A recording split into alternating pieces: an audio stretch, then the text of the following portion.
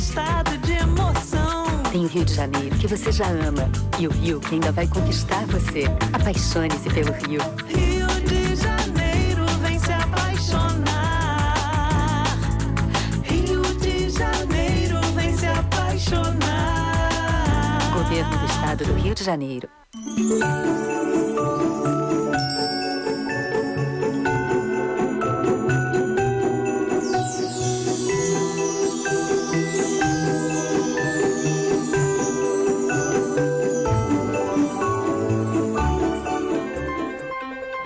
Direto dos estúdios da TV Correio da Manhã em Petrópolis, começa agora o Correio Petropolitano Debate desta sexta-feira, 30 de dezembro.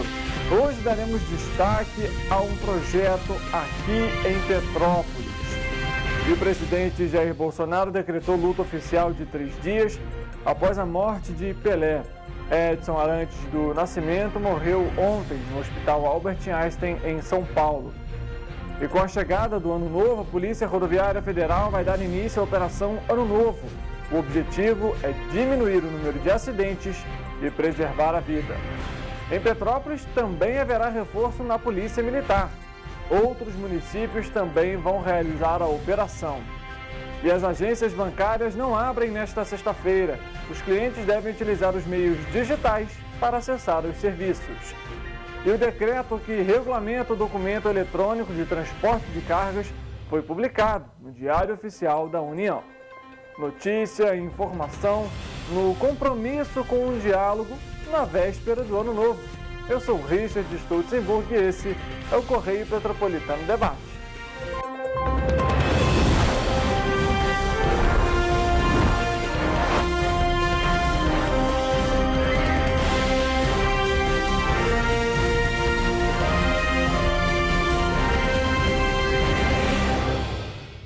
Olá, muito boa tarde para você. Mais uma edição do Correio Petropolitano Debate começando hoje, dia 30.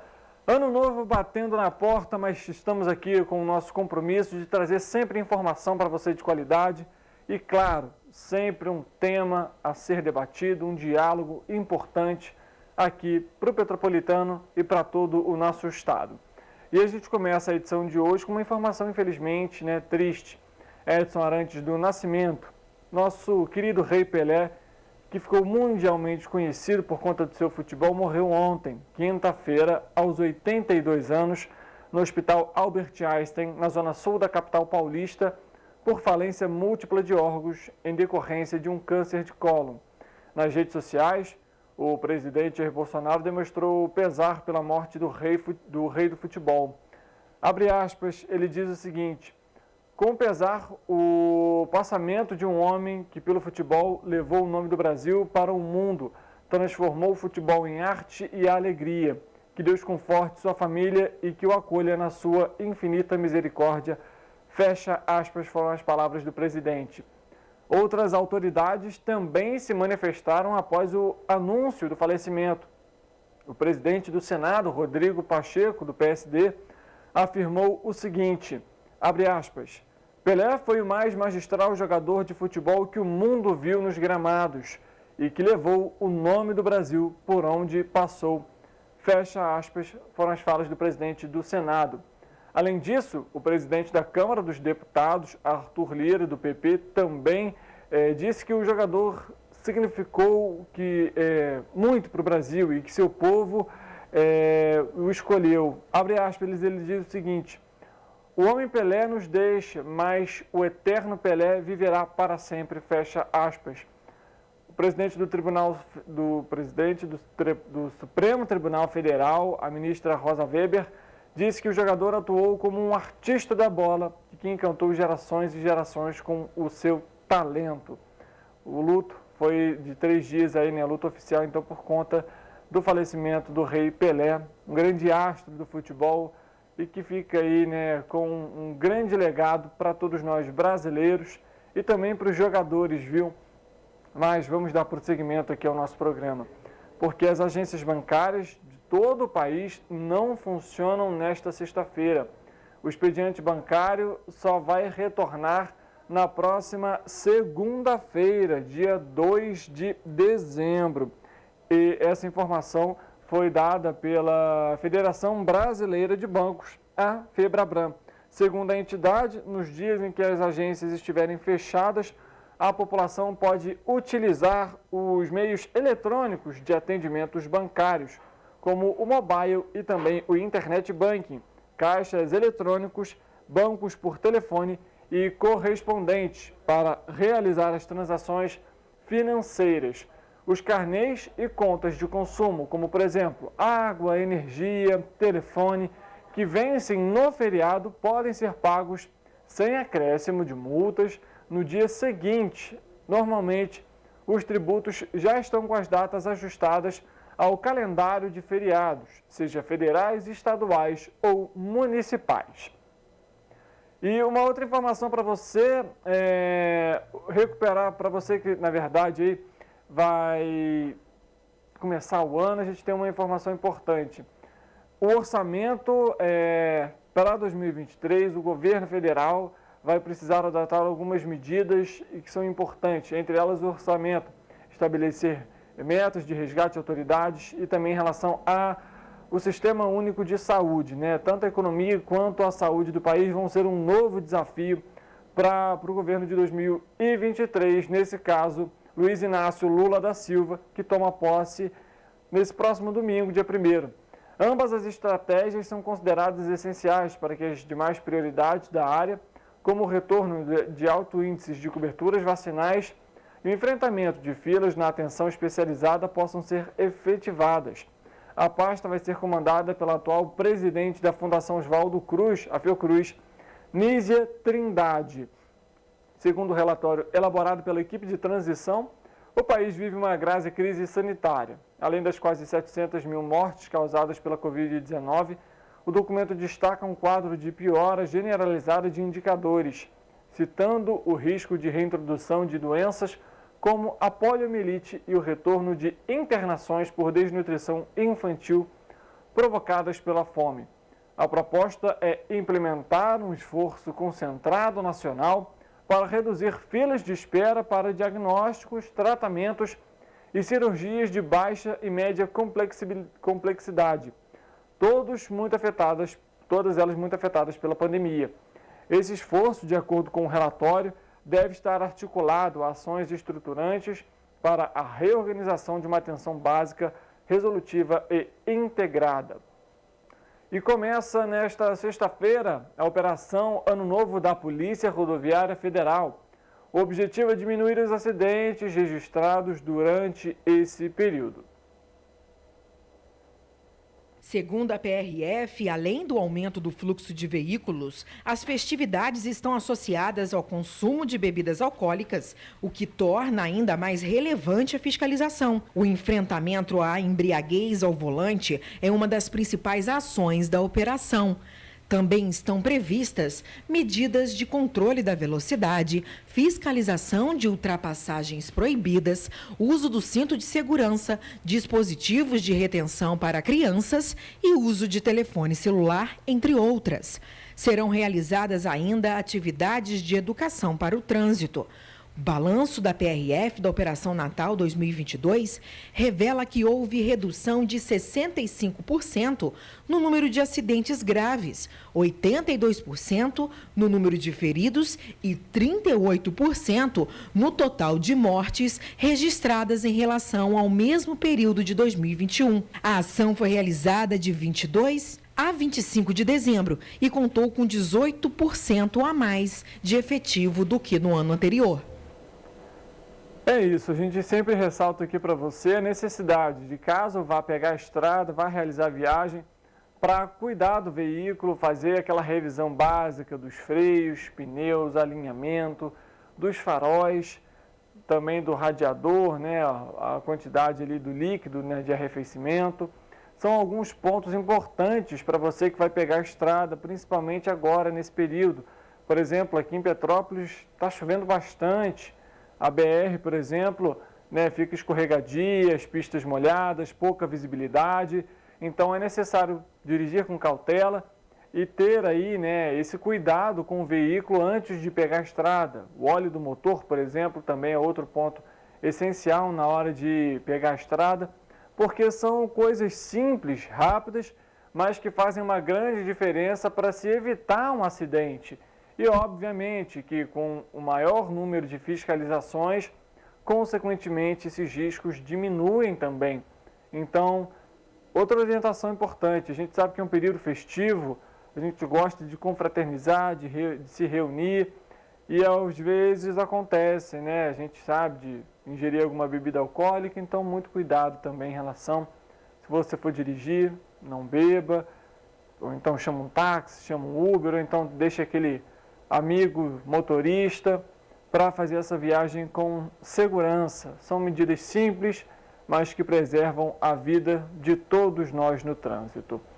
E a gente lembra que essa operação de 2022 revelou, né, que houve aí essa redução de 65% no número dos acidentes graves e de 82% de feridos e de 38% de mortes registradas, como foi inclusive apresentada na reportagem, isso em relação a 2021. A ação foi realizada, né, desde o dia 22 ao dia 25 e contou aí também com um efetivo maior da Polícia Rodoviária Federal. No total foram feitas 85.668 fiscalizações de pessoas e abordagem de 60.953 veículos. Também foram realizados 45.764 testes do bafômetro, um número 51% maior do que em 2021. Houve 1.541 autos de infração para motoristas sob influência de álcool e 95 deles foram presos por crime de embriaguez ao volante. A gente acabou de comentar sobre isso aqui. E em Petrópolis também vai haver o reforço policial, viu? De acordo com o 26º Batalhão de Polícia Militar, assim como em Teresópolis também haverá a Operação Réveillon. A porta-voz do 26º Batalhão aqui de Petrópolis explica como que vai funcionar a operação na cidade. Final de ano chegando e o 26º Batalhão de Polícia Militar tem um esquema especial para o policiamento de Réveillon. Serão 194 policiais militares atuando nas ruas de Petrópolis nos dias 31 de dezembro e 1º de janeiro, coibindo a prática de condutas delituosas e aumentando a sensação de segurança do petropolitano e também dos turistas. Lembrando que todas as novas viaturas recebidas já estão nas ruas e também serão empregadas no esquema de Réveillon. Você que virá à Praça da Liberdade para assistir aos shows, não se esqueça. Conte com a Polícia Militar, conte com o 26º Batalhão.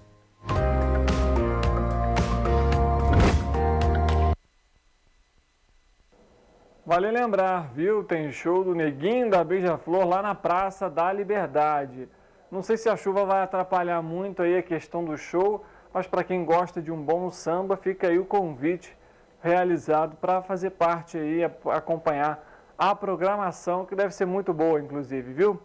Olha, em Teresópolis também vai ter a operação, como a gente comentou, e o Cabo Amaral da Polícia Militar informou sobre o efetivo para essa operação de Réveillon lá na cidade também. Mais um ano termina e a Polícia Militar não para de trabalhar. Somente na Operação Réveillon 2023 serão utilizados 200 policiais e cerca de 40 viaturas, só para garantir a sua segurança. O policiamento se dará de forma motorizada e a pé nas principais praças das cidades de Teresópolis, São José do Vale do Rio Preto, Carmo e Sumidouro. Conte com a Polícia Militar, conte com o 30º Batalhão. Fica aí ressaltado, né? O 30º Batalhão de Polícia Militar aborda também esses outros municípios que você viu aí enquanto o Cabo Amaral comentava. Esse balanço de todas as operações em relação ao Ano Novo, sobre os municípios que englobam aqui a nossa área de cobertura, você acompanha às 6h30 da noite no jornal Correio Petropolitano com Tassiana Ferrante. Uma outra informação para você, olha, o presidente Jair Bolsonaro editou na última quinta-feira, dia 29, um decreto para regulamentar o documento eletrônico de transporte, o DTE, criado em maio de 2021, para reunir diversos documentos físicos de porte obrigatório por transportadoras para comprovação de cumprimento de regras administrativas, ambientais e sanitárias. A medida pretende reduzir o tempo de fiscalização nas rodovias. De acordo com a Secretaria-Geral da Presidência da República, a regulamentação é a principal iniciativa de modernização e transformação digital para o setor de transporte de cargas, incluindo os caminhoneiros autônomos. O decreto de regulamentação trata dos procedimentos de emissão, dispensa e encerramento do documento eletrônico, além de fiscalização e aplicação das penalidades. A íntegra do decreto está disponível no Diário Oficial da última quinta-feira, dia 29. E uma informação para vocês, a gente tem imagens para mostrar nesse momento dos ônibus aqui em Petrópolis. Olha a situação, viu?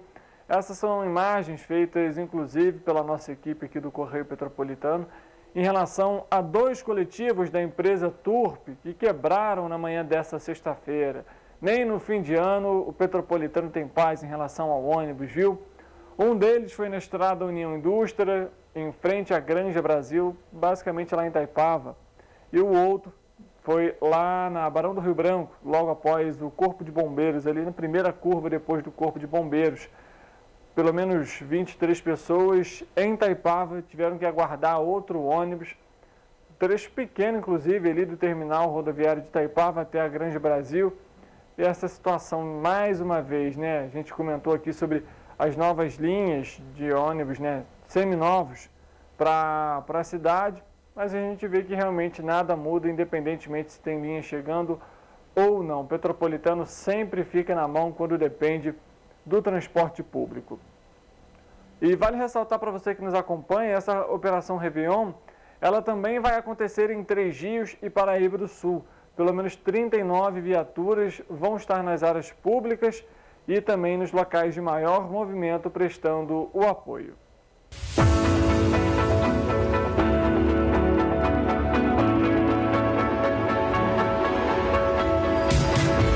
O 38 traz a Operação Réveillon 2023 para que a sua virada de ano seja a mais segura possível.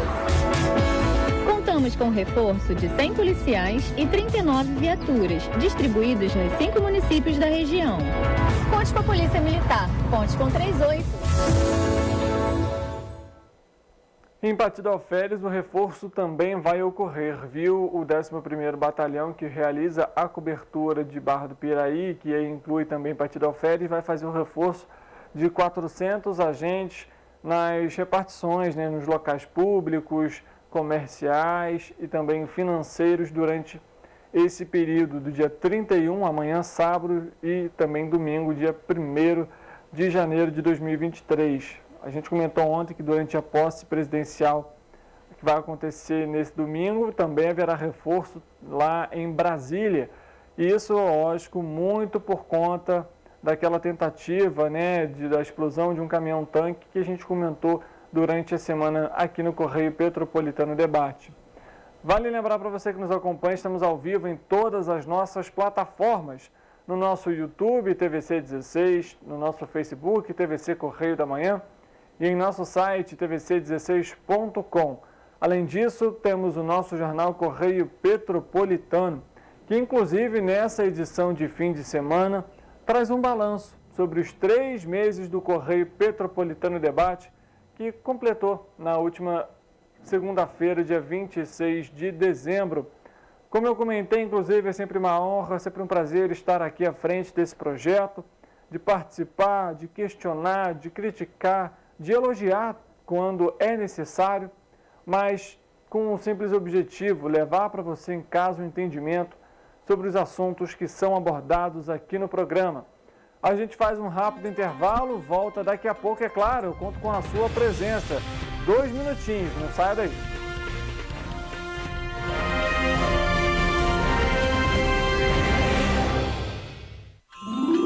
No Sesc RJ, os desejos de Natal se realizam o ano inteiro. Lazer, bem-estar, cultura, educação e assistência para quem mais precisa.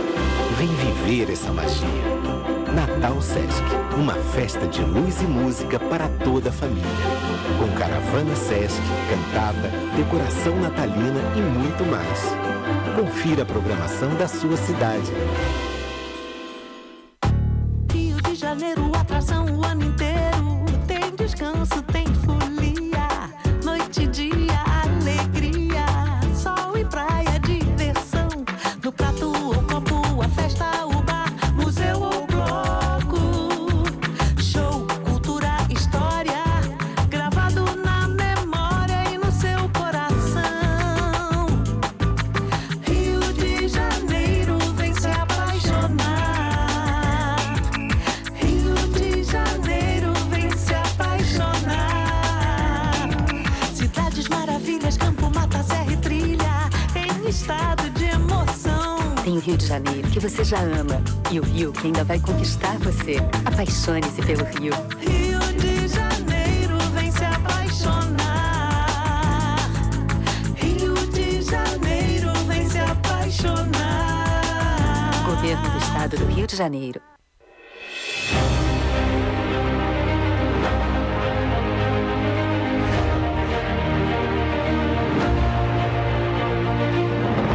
Não é jornalismo de direita, é jornalismo direito.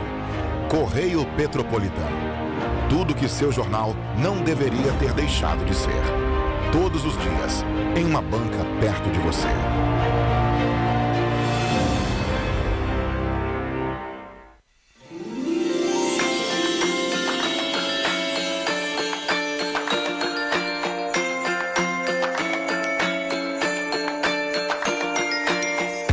Oportunidade de recomeço e de iniciar novas metas. As celebrações nos fazem lembrar dos momentos vividos durante o ano e tudo aquilo que desejamos para este novo que está por vir. As festas de fim de ano nos fazem lembrar que não importa quão difícil foi o período ou quanto ele demorou a passar, sempre há uma oportunidade de recomeço. Tempo de aproveitar e agradecer por tudo que foi conquistado. É tempo de reacender os sonhos, recuperar o tempo perdido e começar uma nova história. Fim de um ciclo e o início para novas oportunidades. Que o seu ano novo não seja um ano novo de novo, mas seja um ano com muitas novidades. Cuide dos seus, esteja ao lado deles, porque o mais importante não são as coisas, mas sim as pessoas. Sensacional! Estamos aqui para desejar para vocês ótimas festas, mas acima de tudo eu queria desejar para você que você fique com aquele sentimento de solidariedade que nós aqui na cidade tivemos esse ano todo. Eu quero que ele se estenda para o ano que vem inteiro. A gente sabe que foi um ano muito duro aqui para a nossa cidade. E que esse sentimento de solidariedade, companheirismo, se estenda para você em 2023. Que as festas sejam abençoadas e o ano de 2023 de muita luz, paz, energia e dinheiro no bolso. Isso aí é bom. Que o ano termine com muita união e reflexão e que 2023 seja um ano muito produtivo para todos. Um novo ciclo se encerra. Que nós possamos seguir firmes com os nossos propósitos, com muita coragem e fé. Um ano novo grandioso para todos nós. Que em 2023 os debates a favor da população continuem e que seja um ano de muitas realizações. Os sonhos não têm data de validade, então aproveite o novo ano para persistir em cada um deles. Que a paz e a alegria invadam as nossas vidas e que 2023 seja um ano de muitas bênçãos.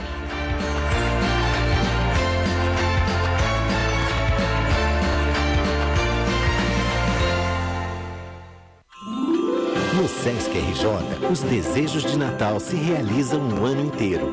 Lazer, bem-estar, cultura, educação e assistência para quem mais precisa. Vem viver essa magia. Natal Sesc, uma festa de luz e música para toda a família.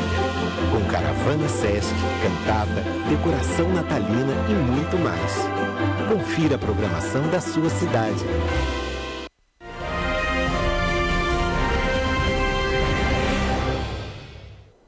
Correio Petropolitano debate de volta nesta sexta-feira. O Instituto Felipe Guedon vai iniciar um novo projeto em janeiro. O projeto de pesquisa consiste em fazer um mapeamento do ecossistema de inovações sociais de Petrópolis. O projeto foi aprovado e agora está na fase de contratação do pesquisador bolsista. É coordenado pelo petropolitano Gustavo Costa, doutor em políticas públicas, e vai começar agora em janeiro de 2023 e tem um período de um ano. E ninguém melhor do que ele para conversar com a gente sobre esse projeto. Gustavo, boa tarde para você. Seja muito bem-vindo ao Correio Petropolitano Debate. Muito obrigado, prazer estar aqui. Gustavo, a gente sabe, eu comentei ali, o objetivo é fazer um mapeamento, mas o que seria de fato esse mapeamento? Bom, a ideia do projeto é a gente entender como se articulam as organizações da sociedade civil que lidam diretamente com os problemas públicos da cidade. Então, a ideia de trabalhar o ecossistema de inovações sociais é justamente entender como é que essa rede está articulada no enfrentamento desses problemas da cidade.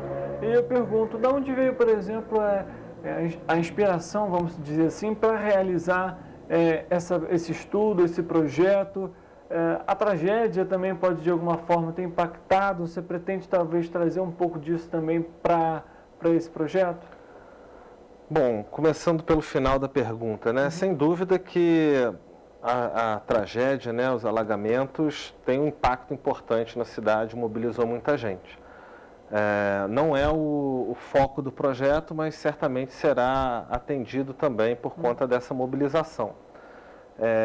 O tema das inovações sociais é um tema que vem sendo trabalhado no âmbito das políticas públicas por inverter a relação de como que os problemas públicos são enfrentados. Historicamente, né, tradicionalmente, as políticas públicas são entendidas como a ação do Estado para resolver os problemas públicos. Desde o início, na década de 50, quando se começou a estudar a política pública. Mais recentemente, né, se percebeu que essa abordagem ela ficou um pouco defasada, digamos assim. E a política pública passou a ser entendida como também a ação da sociedade no enfrentamento dos problemas públicos. Ou seja, não é só o Estado que age para resolver problemas públicos, mas os atores da sociedade também se articulam muitas vezes para resolver coisas que o Estado não consegue. E o conceito de inovação social, ele vem estudar exatamente essas articulações da sociedade civil no enfrentamento de problemas públicos. Nesse caso, então, podemos dizer que apenas a análise técnica sobre aquele problema hoje não seria mais o suficiente, talvez ter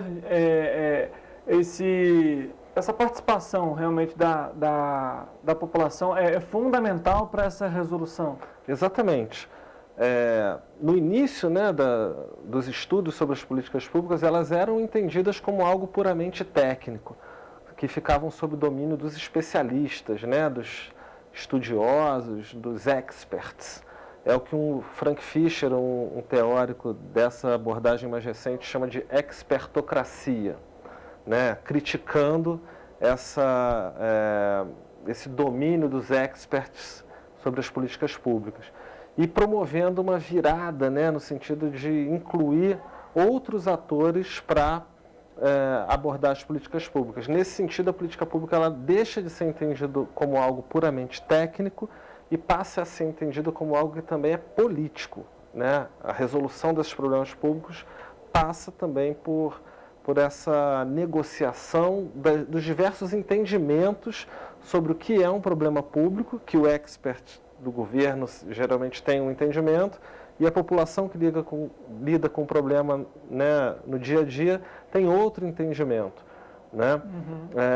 Então, para chegar a uma solução para esse problema público, necessariamente exige uma negociação, né, uma articulação política entre os diversos entendimentos sobre como resolver e como construir soluções para esses problemas públicos. E como poderia ser feito, por exemplo, essa articulação? Um conselho, ou até uma própria reunião, trazendo para o âmbito de Petrópolis, por exemplo, os vereadores talvez poderiam também ser esse ponto de ligação entre a população, entre, vamos dizer, a prefeitura, só para quem está em casa ter esse entendimento? Esses canais institucionais tradicionais, eles já estão funcionando, né? Os vereadores já têm uma articulação com a sociedade civil.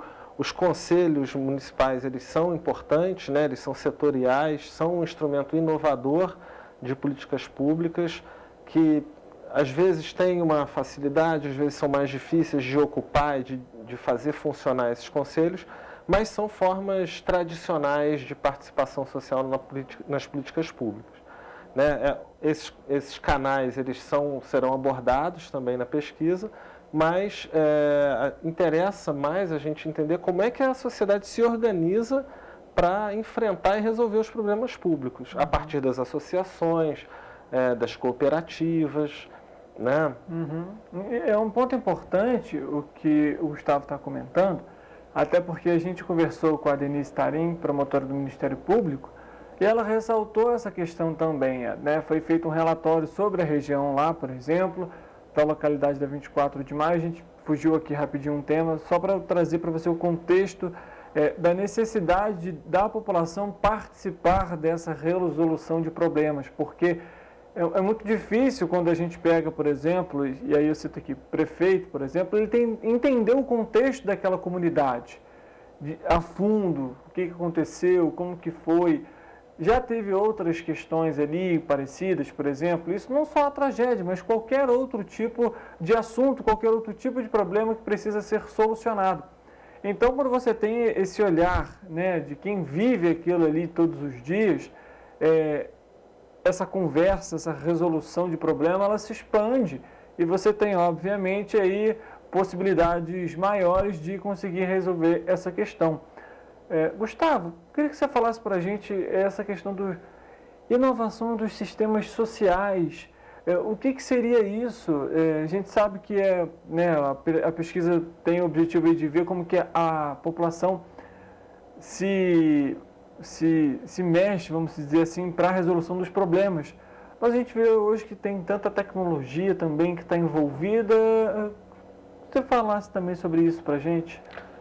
Na verdade, o conceito de inovação social ele não tem tanta interface com a ideia de tecnologia, né? A gente não está falando de criar um aplicativo, essas ferramentas existem, elas funcionam, elas são boas, né?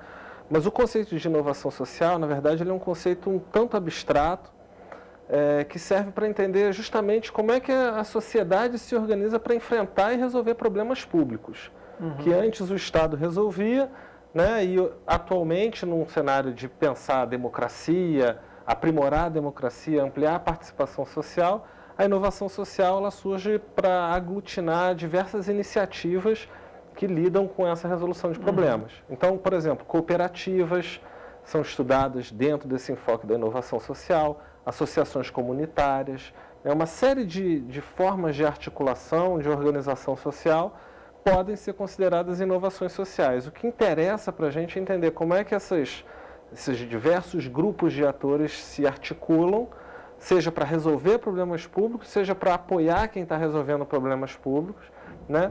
E como é que essas relações podem ser dinamizadas para promover novas formas de resolver problemas públicos. Já existe, você vai fazer esse projeto, mas já existem exemplos de que quando a população participa, quando você tem essa integração para a resolução de problemas, esse problema é solucionado ou existe mais possibilidades para realizar essa solução?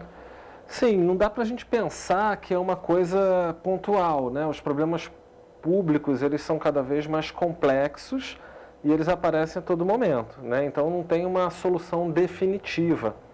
É um processo, é como a construção da democracia, né? A democracia não é uma coisa que está dada. Ela avança, ora ela retrocede, né? E assim ela avança ao longo do tempo, né? Então, a ideia é a gente entender como é que esses grupos sociais estão articulados e como é que a gente pode tomar medidas para que eles tenham, né, mais facilidade para enfrentar esses problemas públicos. Como que vai funcionar essa metodologia para você fazer esse projeto? Vai haver a conversa com os moradores? Como que funciona? Vai funcionar essa metodologia? Você já tem uma ideia? Então, a metodologia ela também é uma metodologia participativa, né? Eu sou professor da UFRJ, estou coordenando uma equipe de pesquisa, né? A gente já está selecionando a equipe que vai trabalhar nesse projeto. Por enquanto eu estou com 2 estudantes de graduação do curso de Gestão Pública para o Desenvolvimento Econômico e Social, do IPUR, na UFRJ, e selecionando 2 bolsistas de nível de mestrado, né? A ideia não é que nós, com conhecimento acadêmico especializado, vamos lá olhar e dizer o que está acontecendo. Na verdade, a própria metodologia é uma metodologia participativa que requer o envolvimento desses atores para que a gente possa entender, né, essas diversas interpretações que se fazem da política pública. Então, nós da academia, a gente tem um olhar, né, digamos assim, viciado, né, para o problema, porque a gente vai olhar com um olhar acadêmico. O pessoal da prefeitura já tem um outro olhar. O administrativo, né? Nesse caso. Né? O pessoal que está na linha, né, no dia a dia, lidando com o problema público, eles têm outro olhar. A ideia é que a gente consiga fazer essa mediação para entender as diversas interpretações sobre esses problemas públicos e as formas de conseguir envolver, né, a comunidade na resolução desses problemas. Eu estava lendo um pouquinho antes da gente realizar a nossa entrevista aqui, fazendo uma breve pesquisa sobre esse projeto. Eu achei uma coisa interessante, eu até anotei aqui no telefone, queria que você falasse para a gente sobre olhar de cima para baixo. O que seria esse olhar de cima para baixo nessa resolução de problemas, por exemplo? Então, exatamente isso. Tradicionalmente, as políticas públicas elas sempre foram pensadas de cima para baixo. Né, uma ideia de você elaborar um planejamento estratégico, por exemplo, né, a ideia de estratégia é uma ideia militar, né, do Exército. Você planeja na cúpula e depois você transmite a comunicação para a base para executar. As políticas públicas também foram pensadas a partir dessa ideia, né, de um governo que olha para o problema público, faz um planejamento, define tudo e transmite para as bases, para a base implementar e resolver, alcançar um objetivo, né? É essa ideia que vem entrando em desuso. Ela ainda é muito influente, mas novas perspectivas para se tratar as políticas públicas, elas invertem essa relação. Elas vão tratar a política pública de baixo para cima. Ao invés de ser uma perspectiva centrada no Estado, passa a ser uma perspectiva centrada na sociedade. Então, na relação da sociedade para o Estado, porque é a sociedade que vai pressionar, né, o Estado para resolver os problemas públicos, muitas vezes ela vai resolver sozinha. Né? Podemos dizer, então, que de alguma forma esse olhar de cima para baixo seria equivocado? Eu diria limitado. Né? Ele, hoje em dia, apresenta muitas limitações. Né? Não diria que ele seria equivocado, porque é a forma como se organiza o poder na sociedade. Ainda muito concentrado, ainda mais na sociedade brasileira, né, que é uma sociedade que tem alta concentração de poder. No nosso caso, a gente está trabalhando uma perspectiva reversa, né? A gente está trabalhando uma perspectiva que é de baixo para cima, ou seja, de entender como é que a sociedade ela pode também participar mais do Estado. É lógico que isso mexe com as estruturas de poder que são cristalizadas na sociedade brasileira, né? Mas o Estado... Viemos, desculpa, perdão até te cortar, porque viemos de um Brasil império, né? Você tem justamente essa característica de de cima para baixo, né? De vou resolver isso aqui desse jeito e a gente repassa isso para a população. Talvez por isso até seja importante realizar hoje cada vez mais projetos como esse, por exemplo, para garantir de alguma forma até ou ampliar a democracia? Exatamente, sem dúvida. É um projeto absolutamente comprometido com o aprimoramento da democracia. Então a gente pretende abrir esses canais, né, de participação nos espaços institucionais do Estado, né, mas entender como é que funciona essa dinâmica na própria sociedade. Agora, é uma tarefa bem difícil, né, Gustavo? Sem dúvida, a gente não vai conseguir resolver isso em um ano, né? Esse projeto que a gente conseguiu aprovar na FAPERJ, ele vai ter o financiamento da FAPERJ para o pagamento das bolsas dos estudantes. A gente conseguiu 2 bolsas para estudantes com grau de mestrado, né? Então, são 2 pesquisadores qualificados que vão participar, junto com os estudantes da graduação, que também estão começando ali a fazer pesquisa, né? Mas a ideia, nesse primeiro momento, é que a gente consiga fazer esse mapeamento para entender onde estão no território essas organizações, qual é o tipo de problema que elas lidam, quem são os atores de suporte. Mas isso a gente não vai conseguir fazer sozinho, né? Nós somos os acadêmicos da história. Mas é um projeto que requer a mobilização desses atores sociais e a participação desses atores para trabalhar junto com a gente nesse mapeamento, né? Quer dizer, o conhecimento que esses atores sociais que estão lidando com os problemas públicos são mais importantes do que os nossos conhecimentos acadêmicos. A gente entende de metodologia, a gente entende de teoria, né, mas quem está lidando com o problema público tem um conhecimento que a gente não tem, que a gente precisa para desenvolver esse projeto. Eu vou fazer uma pergunta, me surgiu uma certa curiosidade aqui.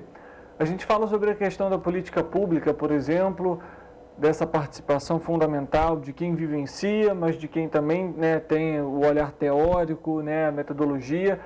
E eu pergunto, por exemplo, a gente está tendo, né, durante esse período agora de 2022, que começou em agosto, o censo demográfico. E a gente sempre ressalta que o censo é importante para a geração de políticas públicas, mas o mapeamento apenas, ele é o suficiente para você apontar? Porque, por exemplo, o IBGE faz as perguntas, né? Você tem ali, eu tenho 4 filhos, 3 filhos, enfim, trabalho assim, assado, minha renda salarial é essa. De alguma forma, ele seria simples demais para a gente olhar com um olhar mais atento realmente para essa demanda para a política pública? Então, Richard, você tocou num ponto excelente para a gente discutir, que é o seguinte, o censo é importantíssimo, não tenha dúvida, ele não é simples, ele é ultra complexo, ele é a nossa base de dados para entender a realidade brasileira. Então, é super importante, né, responder o censo e participar desse levantamento, porque é a partir daí que o governo federal vai elaborar os seus diagnósticos e as políticas públicas mais centralizadas, aquelas que não tem como ser de baixo para cima. Tem política pública que precisa ser de cima para baixo mesmo, né? Então, por exemplo, política pública de combate à fome é centralizado, é de cima para baixo. Mas no caso assim, de lidar com problemas públicos no município, que é o nosso caso aqui, o censo ele vai te dar informações importantes, vai te dar parâmetros importantes para tomada de decisão. Mas a gente trabalha com uma outra perspectiva, que é do autocenso. Quer dizer, como é que essas comunidades elas podem também aprender a se automapearem? Porque senão você fica com a visão técnica do IBGE, aquela discussão que você puxou antes, né, de técnica e política. O IBGE é um super instituto, eu conheço pesquisadores assim, do mais alto nível que trabalham no IBGE, que são super comprometidos com o desenvolvimento econômico e social do país, e cujas pesquisas realmente têm uma contribuição relevantíssima para o desenvolvimento da sociedade brasileira. Mas, no âmbito da comunidade, aquele mapeamento que é feito pelo IBGE, ele não consegue pegar muitos detalhamentos, né? Então, a gente trabalha numa perspectiva da cartografia social, que é conseguir estimular, né, que a própria comunidade faça o seu mapeamento. A partir, essa que é uma ideia de baixo para cima, né? Quer dizer, como é que a própria comunidade pode desenvolver os seus próprios mapas, os seus próprios diagnósticos, né? Os seus próprios mapeamentos, a partir dos conhecimentos que ela já tem lá. Por exemplo, se o IBGE chega na favela da Rocinha, ele vai conseguir levantar aqueles dados todos, né? Mas a favela da Rocinha ela tem uma complexidade muito maior, que os próprios moradores conhecem muito bem e que o IBGE nunca vai conseguir captar. Né? Então, como é que essas comunidades podem também desenvolver os seus próprios instrumentos de automapeamento e conseguir descrever aquela realidade com um detalhamento, né? E entender quais são os problemas que devem ser atacados com um refinamento que o IBGE nunca vai conseguir. Então, na verdade, não é eliminar a técnica, eliminar esse trabalho que é feito de cima para baixo, do IBGE, por exemplo, para substituir por uma coisa de baixo para cima, revolucionária. Não. É entender que essa visão de cima para baixo é limitada, né? Ela não consegue alcançar muitas coisas, que uma abordagem da sociedade para o Estado, ou seja, de baixo para cima, consegue compreender muito melhor e complementar, né, atendendo essas limitações que a abordagem tradicional tem. Seria aprimorar esse serviço, vamos dizer assim, né? Você trazer essa realidade dessa população. E aí eu até pergunto, a gente sabe que é um processo longo, como você, por exemplo, comentou, esse projeto deve durar mais de um ano, e em relação, por exemplo, ao projeto, eu pergunto o seguinte, como colocar isso para a população, de que eles são extremamente importantes para que essa solução, essa resolução de problemas, para que as políticas públicas possam ser criadas. Eu pergunto isso porque a gente tem o costume de, pelo menos nas ruas, no ônibus, você conversando, eu não gosto de política.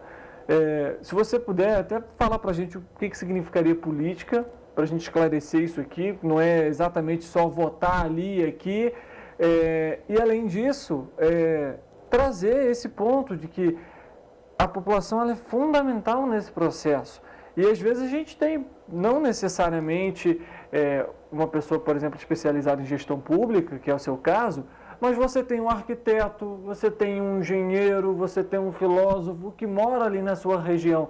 E uma conversa, uma reunião pode de alguma forma ampliar esses debates e, poxa, isso é interessante, a gente nunca pensou, isso é interessante, a gente podia fazer. São diversos pontos, não só, por exemplo, para a geração de políticas públicas, mas que podem melhorar também aquele ambiente tendo essa participação. Pois você perguntou sobre o conceito de política, né? Tudo que a gente faz é político, não dá para ser apolítico, né? Eu gosto muito de uma frase que é atribuída ao Max Weber, um sociólogo, um dos pais da sociologia. Nunca encontrei essa frase, mas eu já vi sendo atribuída a eles, e tem outras frases análogas a essa, que diz que neutro é quem já se decidiu pelo mais forte. Né? Então, muita gente que se diz que não gosta de política, que é apolítico, está deixando que outras pessoas tomem a decisão por ele. Né? Então, nessa abordagem da participação social, a gente entende que a política pública é algo que é extremamente político, é disputado, não é algo que é passível de um consenso. A gente não quer chamar todo mundo para se chegar a um consenso. Na verdade, o que a gente valoriza é justamente as diferentes interpretações que existem sobre o mesmo problema. Né? Muitas vezes, por exemplo, se você pede para um arquiteto analisar a favela, ele vai olhar com o olhar do arquiteto, que vai falar que as construções são irregulares, que tem problema aqui e ali, que pode cair alguma coisa. Ele não vai ser capaz de compreender sociologicamente como é que se deu a ocupação daquele lugar, né, como um pesquisador do planejamento urbano vai olhar, por exemplo. Né? Então, a nossa ideia não é considerar a sociedade como algo passivo que está ali para a gente fazer uma intervenção, né, como especialistas. Não é isso. A pesquisa é uma pesquisa colaborativa, participativa. Então, ao longo do projeto, a gente vai organizar oficinas em que a gente vai chamar, convidar, né, essas pessoas, sejam pessoas do poder público, mas também pessoas da comunidade, profissionais. Enfim, vamos abrir turmas, né, de oficinas, onde a gente vai discutir esse processo, né, temas gerais como cidadania, democracia, participação, mas também onde a gente possa trabalhar os métodos de mapeamento, onde esses próprios atores sociais que vão participar da pesquisa nos ajudem nessa coleta de dados. Né? Porque, por exemplo, eu não sei quem são as lideranças comunitárias de secretário, por exemplo. Mas eu sei que tem lideranças comunitárias em secretário, né? Provavelmente muitas. E essas pessoas sabem quem são as pessoas que articulam, que mobilizam, quem está lidando com problema sei lá, infância e juventude, violência contra a mulher. Essas pessoas que estão nas comunidades sabem quem são. Né? Então, é importante que essas pessoas, né, façam parte do projeto e nos ajudem nessa construção desse mapeamento. Entendeu? Até mesmo caso não tenha, que comecem a ser debatidas essas pautas dentro da comunidade. Não, mas certamente tem. As comunidades discutem esses problemas, porque elas lidam com esses problemas.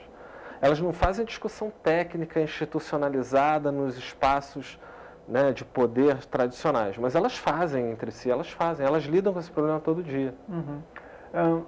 Gustavo, alguma outra informação talvez importante que a gente não tenha comentado, que você queira ressaltar para falar ainda mais sobre o projeto? Eu gostaria de convidar a comunidade, agradecer o espaço aqui, né, de divulgação, e convidar as associações comunitárias, as cooperativas, a sociedade civil de uma maneira geral a participar do projeto. A partir do ano que vem, a FAPERJ ainda não definiu a data da implementação da bolsa, né? Mas eu considero que o projeto já começou, porque a gente está com 2 estudantes da graduação, vamos chamar esses 2 de nível de mestrado, mas eu queria convidar a população petropolitana a aderir ao projeto, a participar. A gente vai fazer divulgação nas redes sociais, na mídia, de uma maneira geral, e participar desse processo, né, de mapeamento, que é um primeiro momento, né? O projeto ele tem duração de 1 ano nesse edital, que foi aprovado pela FAPERJ, mas ao longo do ano a gente vai continuar buscando novos editais para ampliar a equipe do projeto com novos pesquisadores e conseguir trabalhar junto com a comunidade de Petrópolis. Perfeito. Expectativa alta, então. Sem dúvida. Perfeito. Gustavo, obrigado pela presença. Eu que te agradeço. Um ótimo ano novo, sucesso com o projeto, com as outras iniciativas, e que a gente possa sempre contar com projetos como esse, por exemplo, para o fortalecimento da democracia, para o fortalecimento das políticas públicas. E é claro que é fundamental, você que nos acompanha, que você participe, que você interaja, que você exerça o seu direito como cidadão.